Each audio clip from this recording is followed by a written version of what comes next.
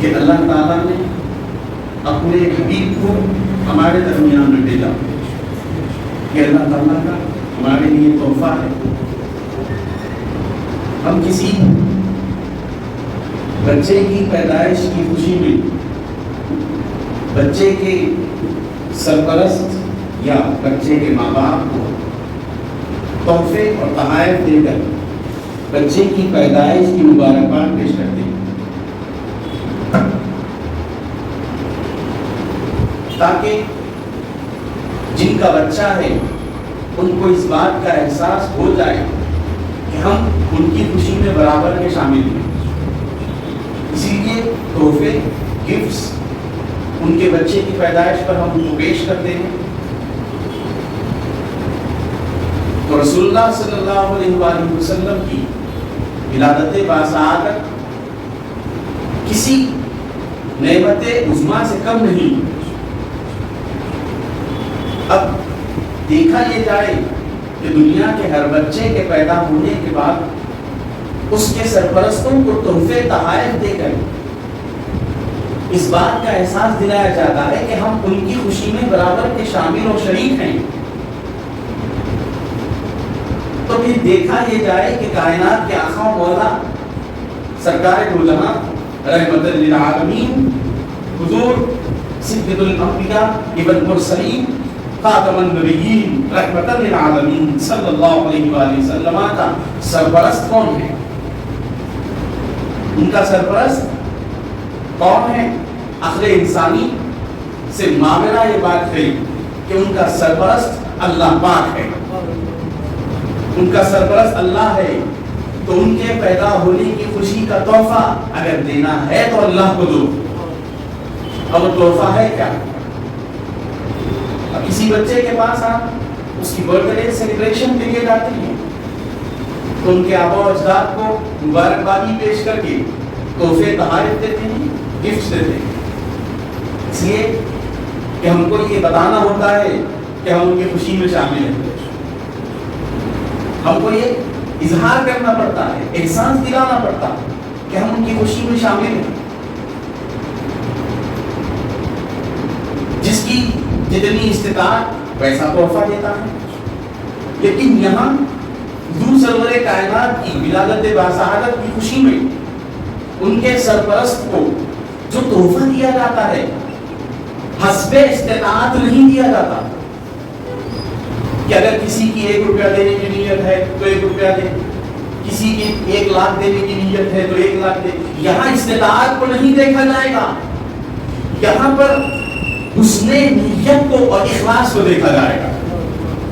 حسن نیت اور اخلاص تحفے کی بنیاد بنتی ہے، اور سب سے پیارا تحفہ حضور کی ولادت باسعادت کا اگر ہم اللہ کو دینا چاہتے ہیں تو بہترین تحفہ یہ ہوگا کہ ہم قرآن مجید سے پوچھ لیں کہ اے قرآن تو بتا کہ تیرے حبیب پاک صلی اللہ علیہ اللہ کے حبیب پاک صلی اللہ علیہ وآلہ وسلم کی ولادت باسعادت پر ہم اللہ کے رسول کے رب کو کیا تحفہ دیں؟ تو قرآن کہے گا وَأَطِيعُوا اللَّهَ وَأَطِيعُوا الرَّسُولَ، تم اللہ کی اطاعت کرو اور اس کے رسول کی اطاعت کرو، یہی سب سے بہترین تحفہ ہے، بہترین تحفہ ہے۔ اب یہاں پر یہ تحفہ جب انسان پیش کرتا ہے تو یہ نہیں دیکھا جاتا ہے کہ یہ غریب ہے، یہ امیر ہے، یہ رچ ہے، یہ پور ہے، نہیں، بلکہ یہ دیکھا جاتا ہے کہ اس کے دل میں اللہ کی اور اس کے رسول کی کتنی محبت ہے، یہ دیکھا جاتا ہے۔ تحفے اور تحائف کا سلسلہ ہم کو جاری و ساری رکھنا ہے، اور اللہ کو اگر ہم کچھ دینا چاہتے ہیں تو اس کے حبیب کی اطاعت، اس کے حبیب کی فرمانبرداری، یہی سب سے بہترین اللہ کو تحفہ ہے۔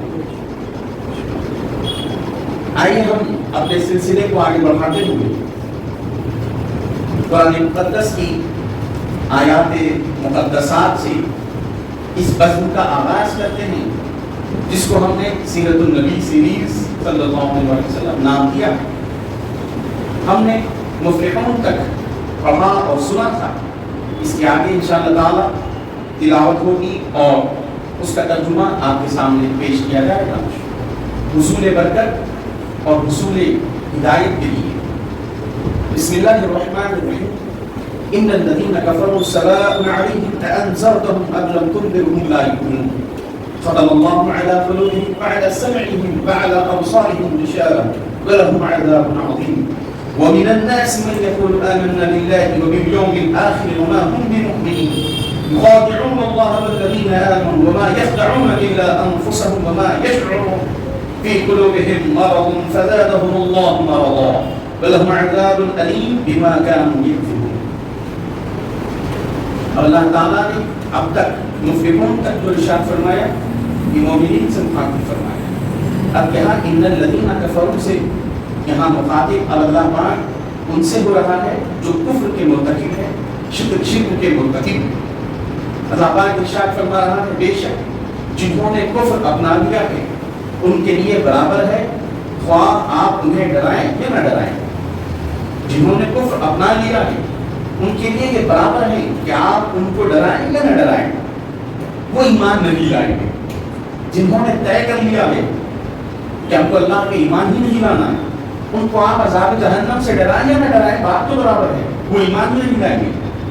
اس کی مثال ہمارے ہند کے وہ کفار و مشرکین ہیں جو آئے دن مومنین کو اذیتیں دینے میں کوئی کسر باقی نہیں رکھتے۔ اس کی اچھی مثال یہ لوگ ہیں، ان کو کسی بھی طریقے سے آپ سمجھائیں، ڈرائیں، سمجھائیں، ہدایت کی ترغیب کریں، یہ لوگ نہیں آئیں گے، یہ لوگ ایمان کی طرف نہیں آئیں گے، بلکہ اسلام ہی کو ہمیشہ غلط کہیں گے اور اس کو ہی نشان بنائیں گے۔ آگے ارشاد ربانی ہے اللہ نے ان کے دلوں پر اور ان کے کانوں پر مہر لگا دی ہے اور ان کی آنکھوں پر پردہ پڑ گیا ہے اور ان کے لیے سخت عذاب ہے۔ ایسے لوگوں کے لیے اللہ تعالیٰ نے ان کے کانوں پر، ان کی آنکھوں پر، ان کے دلوں پر اللہ تعالیٰ نے پردے ڈال دیے ہیں۔ اب وہ ہدایت کی طرف نہ دیکھ سکتے ہیں، نہ ہدایت کی بات سن سکتے ہیں، نہ ہی ہدایت کی طرف آ سکتے ہیں، کیونکہ اللہ ہی نے ان کے کانوں اور دلوں پر پردے ڈال دیے، مہر لگا دی۔ اور لوگوں میں سے بعض وہ بھی ہیں جو کہتے ہیں کہ ہم اللہ پر اور یوم قیامت پر ایمان لائے، حالانکہ وہ ہرگز مومن نہیں ہے۔ لوگوں میں سے کچھ ایسے بھی ہیں جو یہ جھوٹا دعویٰ کرتے ہیں کہ ہم اللہ پر اور قیامت کے دن پر ایمان لائے ہیں، مگر قرآن کہہ رہا ہے کہ وہ ہرگز مومن نہیں ہے۔ وہ اللہ کو یعنی اس کے رسول کو اور ایمان والوں کو دھوکہ دینا چاہتے ہیں، مگر پھر حقیقت وہ اپنے آپ ہی کو دھوکہ دے رہے ہیں، اور اس بات کا ان کو ذرہ برابر بھی شعور نہیں۔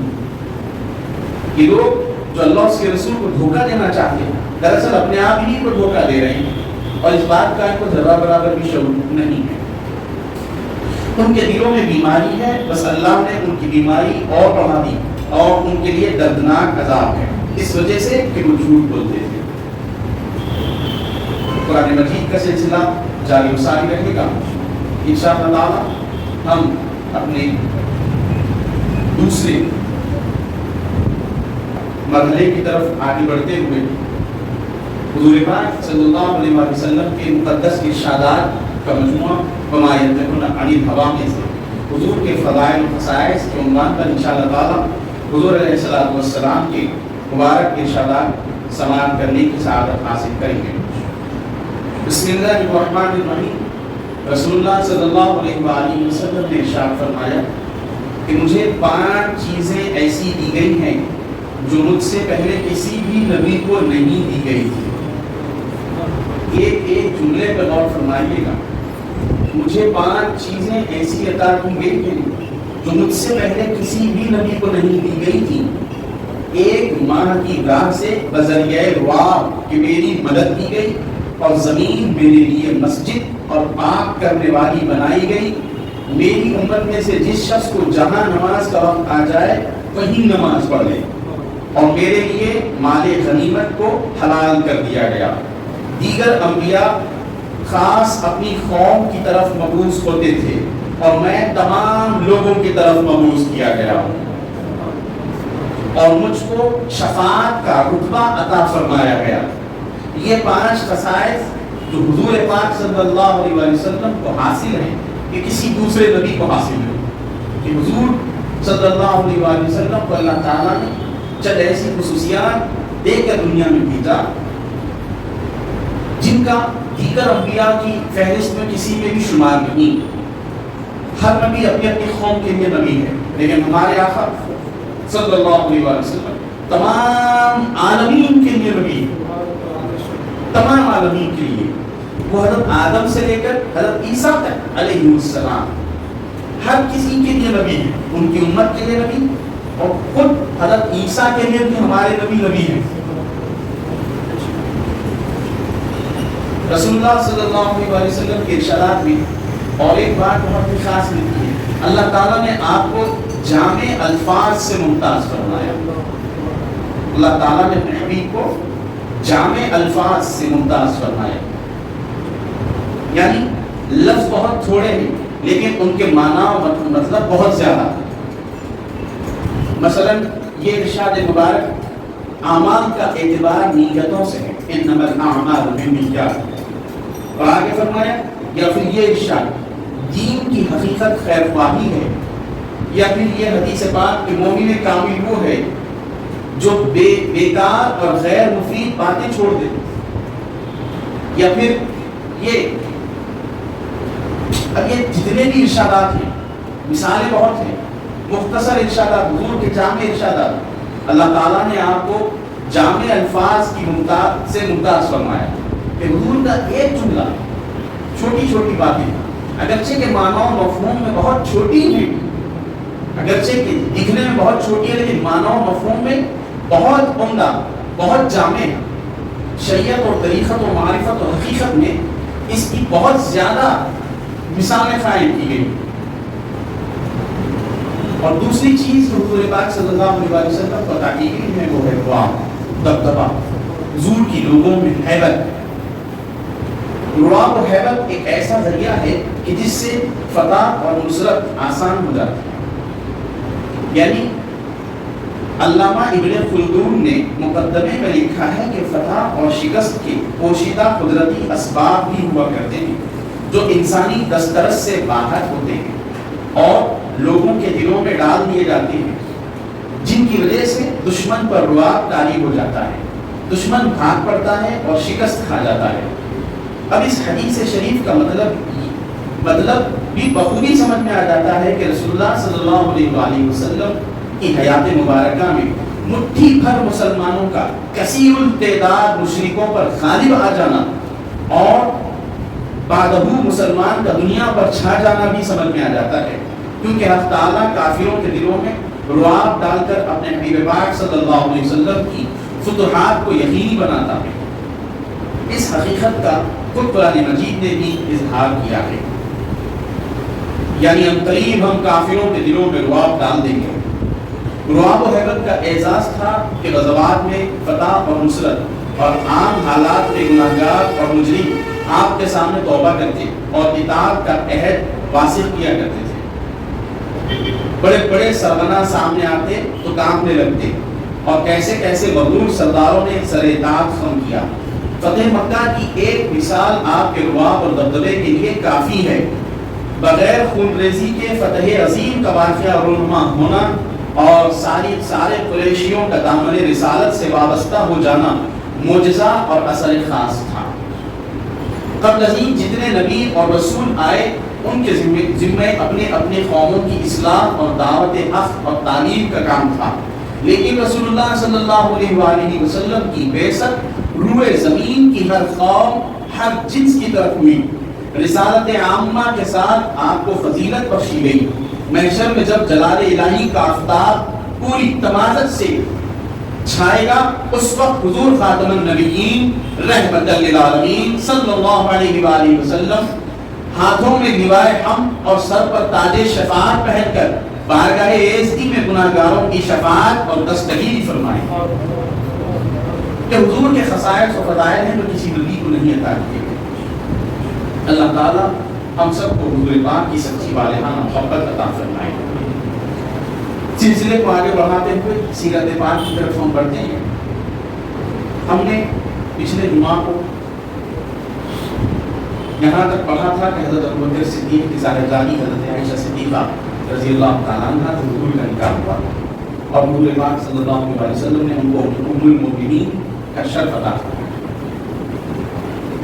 انشاءاللہ اسی سلسلے کو آگے بڑھاتے ہوئے بہت تیزی کے ساتھ میں آپ کی بارگاہ میں پیش کروں کہ معراج شریف کا جو واقعہ ہے، نبوت کے 12ویں سال طائف سے واپسی کے بعد جب حضور اقدس صلی اللہ علیہ وسلم کی عمر شریف 52 برس کی تھی، معراج کا واقعہ رونما ہوا۔ سورہ بنی اسرائیل کے پہلے رکوع کی اولین آیات میں واقعہ اسرا بیان کیا گیا ہے۔ معراج کا واقعہ 45 صحابہ کرام سے منقول ہے، جن میں مہاجر انصار دونوں شامل ہیں۔ معراج کا واقعہ سے متعلق جمہور اہل سنت والجماعت کا اس بات پر اتفاق ہے کہ معراج بحالت بیداری جسد انصری کے ساتھ ہوئی۔ نماز بنجگانہ سورہ بقرہ کی آخری آیات اور امت کے لیے نوید مغفرت تحائف معراج النبی صلی اللہ علیہ وآلہ وسلم ہیں، جو خالق کونین نے حضور پاک کو عطا فرمائے۔ موسم حج میں رسول اللہ صلی اللہ علیہ وآلہ وسلم مختلف قبائل کے فرودگاہوں پر تشریف لے جایا کرتے تھے اور انہیں توحید و رسالت کی دعوت دیا کرتے۔ حضور اقدس صلی اللہ علیہ وآلہ وسلم جب لوگوں کو ترغیب حق دیا کرتے تو قریش کے لوگ تکذیب کے لیے پہنچ جاتے تھے، یعنی حضور پاک صلی اللہ علیہ وآلہ وسلم کو نعوذ باللہ جھوٹا ثابت کرنے کے لیے اہل قریش پہنچ جاتے تھے۔ تاہم سرکار دو عالم صلی اللہ علیہ وسلم کا سلسلہ تبلیغ جاری رہا۔ حضور نے ان کی اتنی مخالفتوں کے باوجود بھی میرے اور آپ کے آقا و مولا نے کبھی اپنی تبلیغ کو نہیں روکا۔ ان کی تکالیف، ذہنی ٹارچرز، اذیتیں سب سہ کر حضور نے اپنے کام کو، دعوت حق کو کبھی نہیں روکا۔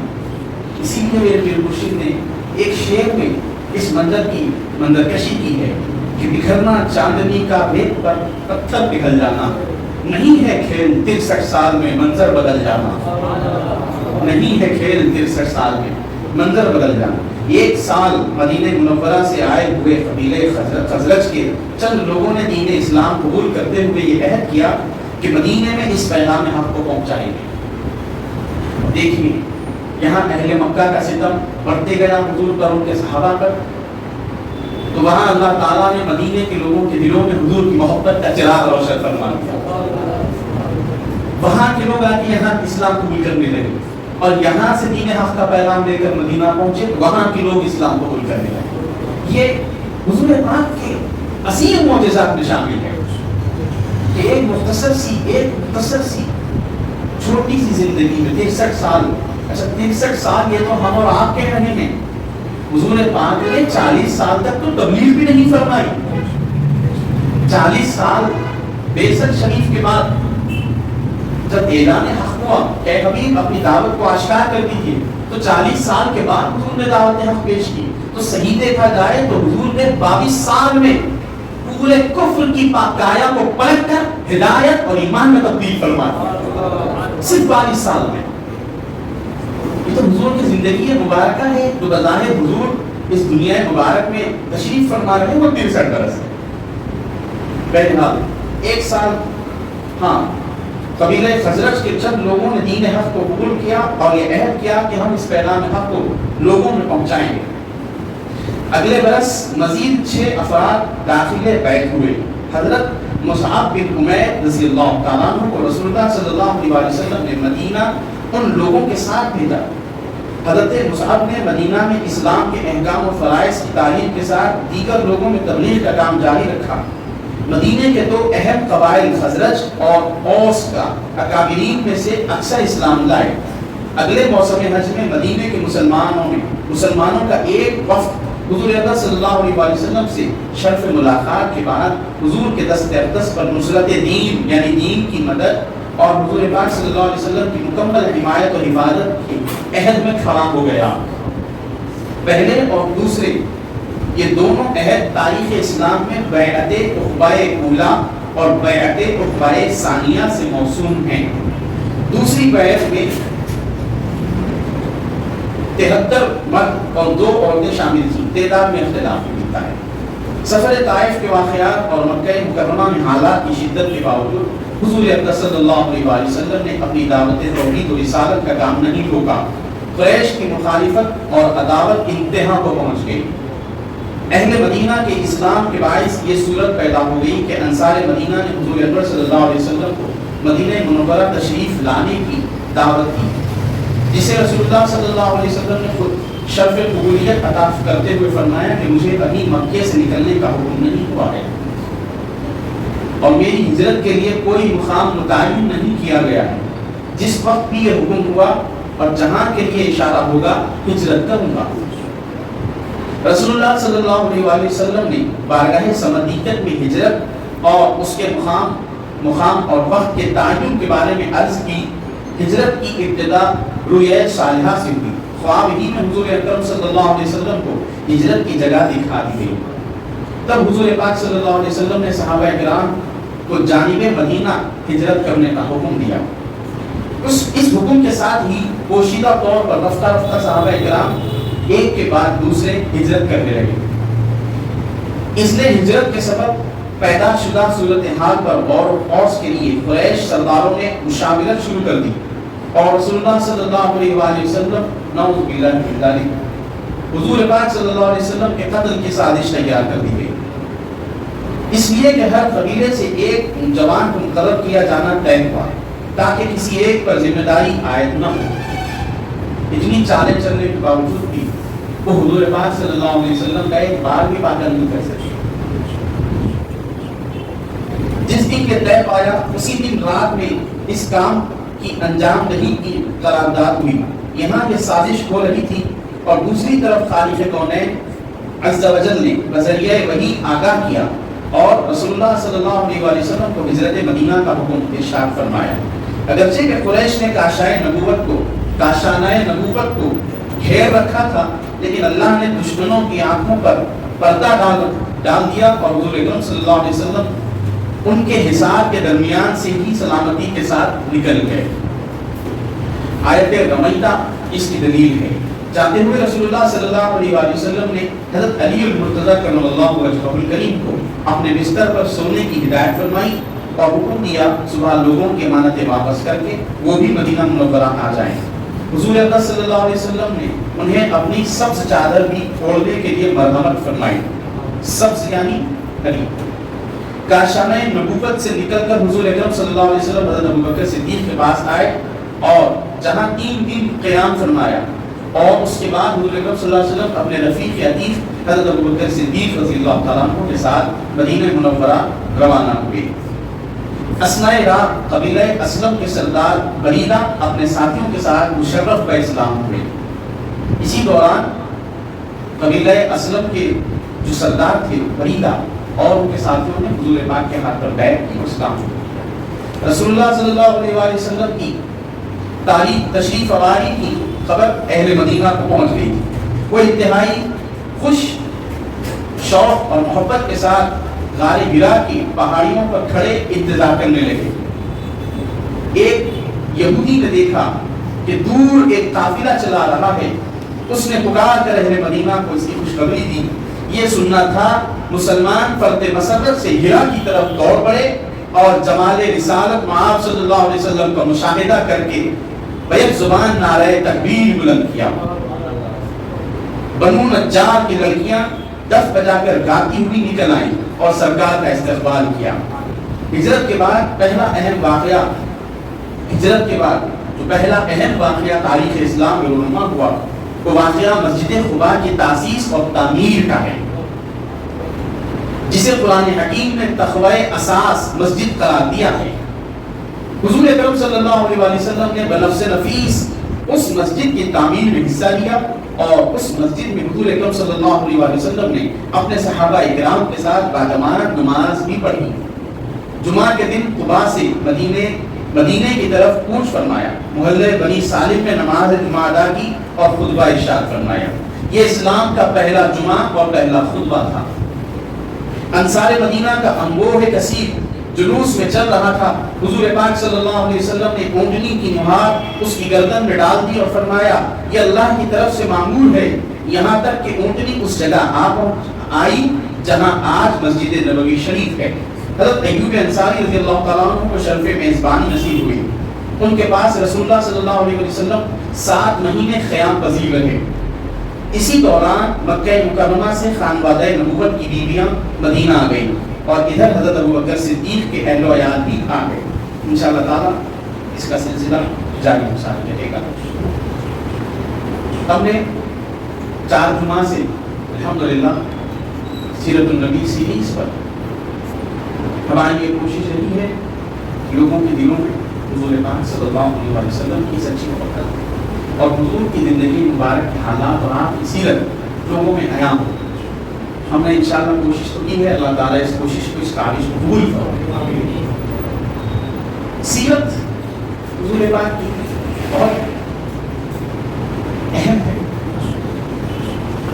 ہم نے میلاد النبی منایا. میلاد شریف منانے کے بعد یہ سوال ضرور ہمارے دلوں میں آئے گا, جو دانشمند لوگ ہیں, دانشمند جو لوگ ہیں ان کے دلوں میں سوال آئے گا کہ میلاد النبی کا مقصد کیا ہے؟ ہم نے حضور پاک کی تشریف آوری کا جشن منایا, اس کا ایک مقصد بھی تو ہونا چاہیے. اس کا مقصد صرف ایک ہے اور وہ محبت رسول ہے صلی اللہ علیہ وسلم. حب رسول کے سوا کوئی دوسرا مقصد نہیں ہے.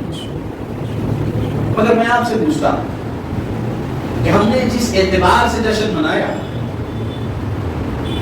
جس حساب سے ہم نے حضور کا جشن منایا, اس حساب سے کیا ہماری محبتوں میں حضور کی, ہمارے دلوں میں حضور کی محبتوں میں اضافہ ہوا؟ رسول اللہ صلی اللہ علیہ وسلم کی ولادت باسعادت یقیناً کائنات کے لیے نعمت عظمیٰ ہے, اللہ کا احسان عظیم ہے. لیکن ہم نے روڈوں پر, میرے گھر کے پاس کا واقعہ ہے, میلاد النبی کے دن کا جو واقعہ ہے, ایسے ایسے حالات میں نے اپنے آنکھوں سے دیکھے کہ مجھے تعجب ہوا کہ یہ مسلمان حضرات جو اپنے آپ کو مسلمان کہتے ہیں, ایک عجیب ڈھنگ سے گاڑیوں پہ, موٹر سائیکلوں پہ سوار ہو کر,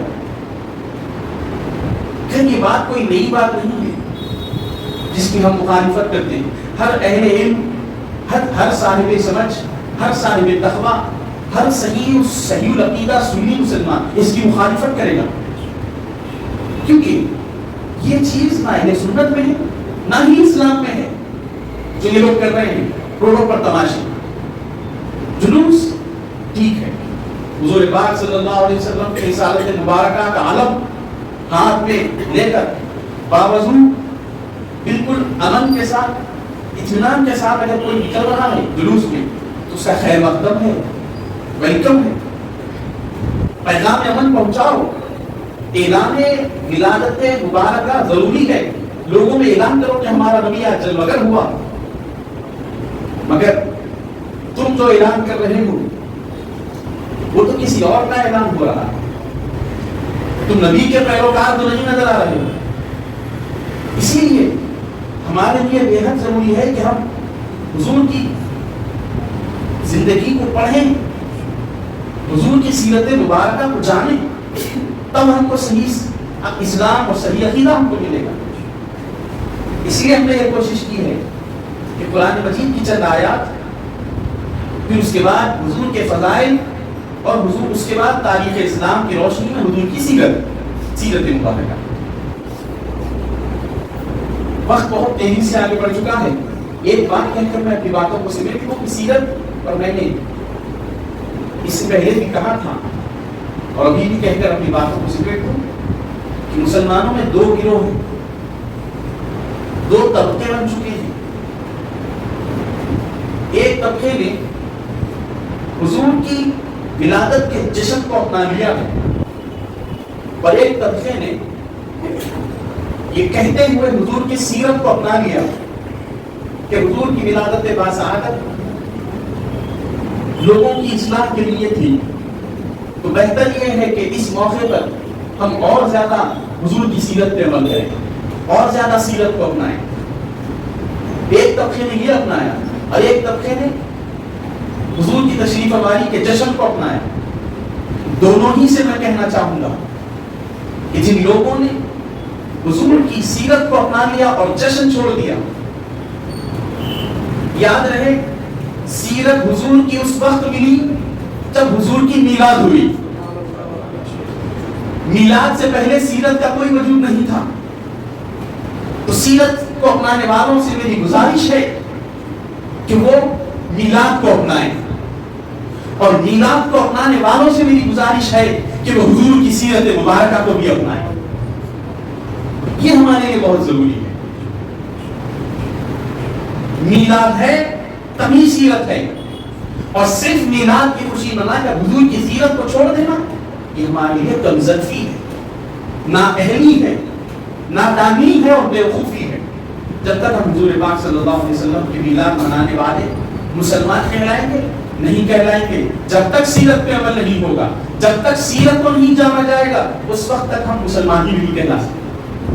بائی ڈیفالٹ ہم مسلمان ہیں, نام ہمارا عبد الرحمن عبداللہ ہے, عبد الکریم عبد الرحیم محمد ذیشان, ان ناموں سے ہم بائی ڈیفالٹ مسلمان بن گئے ہیں اپنے آبا و اجداد کی بدولت. لیکن عمل پہ ہم جب تک نہیں ہوگا, سیرت پاک پر جب تک عمل نہیں ہوگا اس وقت تک ہم کامل مسلمان نہیں کہلائیں گے. تو اسی لیے ہماری یہ کوشش ہے کہ ہم لوگوں کی سیرت پاک کو اجاگر کریں. کن حالات میں اسلام ہم تک پہنچا ان حالات کو آپ کے سامنے رکھیں. بہرحال اللہ تعالیٰ ہم سب کو دین اسلام کی صحیح سمجھ عطا فرمائے اور ہر گناہ سے ہماری حفاظت فرمائے, ہر نیکی سے ہم کو محبت عطا فرمائے. حضور پاک صلی اللہ علیہ وسلم کی سچی بالغانہ پاک بیریا محبت اطاعت گزاری میں زندگی گزارنے کی توفیق رفیق عطا فرمائے. واخر دعوانا اختصار کے ساتھ سنت اللہ.